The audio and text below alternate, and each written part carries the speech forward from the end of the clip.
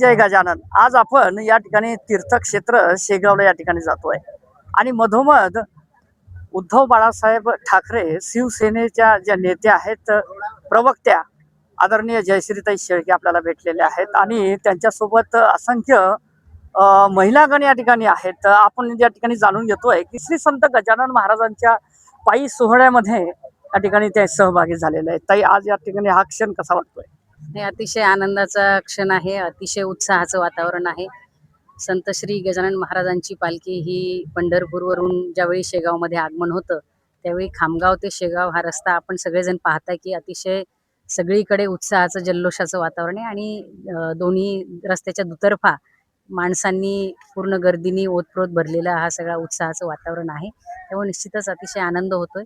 सगळी लोक अतिशय शिस्तबद्ध पद्धतीने शांततेने संत श्री गजानन महाराजांच्या पालखीसोबत शेगावकडे मार्गक्रमण करतायत.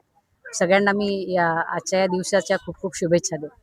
मॅडम, या ठिकाणी आज या ठिकाणी काही साकडं वगैरे आहे का संत गजानन महाराजांकडे? कारण की वरुण राजांना सुद्धा या ठिकाणी शांत आहे, नाही तर पाणी या ठिकाणी सुरू होतोय. नाही, खरोखर सध्या पावसाची खूप गरज आहे आणि आज संत श्री गजानन महाराजांच्या चरणी हीच प्रार्थना करते की पाऊस चांगला पडू दे आणि शेतकऱ्याला या देशातल्या शेतकऱ्याला, राज्यातल्या शेतकऱ्याला सुख लाभू दे आणि सर्वांना सुखी समाधानी ठेव, हीच प्रार्थना आहे.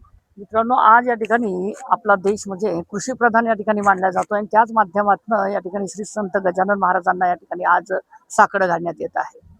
आपल्यासोबत काही महिलागण आहेत आणि श्री संत गजानन महाराजांकडे या ठिकाणी त्यांनी साकडं सुद्धा घातलेलं दिसतंय, कारण की पायी वारी आहे आणि त्या पायी वारीमध्ये त्या भेटलेल्या आहेत. ताई, आपलं नाव? मी उर्मिला श्रीकृष्ण ठाकरे, सहसंपर्क प्रमुख, शिवसेना, उद्धव बाळासाहेब ठाकरे.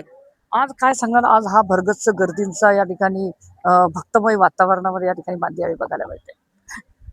खूप छान प्रसन्न वातावरणामध्ये इथे जो सोहळा संपन्न होत आहे, जी आता दिंडी गेली आहे आणि जात आहे, अशा संत गजानन महाराज माऊली आमचं एक आदर्श आहे. आमच्या या शेगाव या नगरीचा अख्ख्या जगामध्ये, अख्ख्या भारतामध्ये संत गजाननांची ओळख आहे, त्यांचं कार्य माहिती आहे. परंतु वाखाणण्या जोगी जी गोष्ट आहे ती अख्ख्या भारतामध्ये बघायला भेटली नाही, की जी शिस्त, सभ्यता, जे संस्कृती, स्वच्छता आणि प्रसन्नता, असा एवढी सुंदर असं सुसज्ज व्यवस्था कुठल्याही भारतातल्या कुठल्याही देवस्थानात तुम्हाला आढळून येणार नाही. अशा संत गजानन महाराज माऊलीचा आज दिंडीच्या निमित्तानं सर्व भारतीय जनतेला मी शुभेच्छा देते आणि एक साकडं घालते की गजानन माऊलीला की आमच्या हा भरभरून पाऊस येऊ दे, माझा शेतकरी राजा, हा बळी राजा सुखी होऊ दे. जो आपला देश की भारत कृषी प्रधान देश आहे, अशा या निमित्ताने मी शुभेच्छा देते.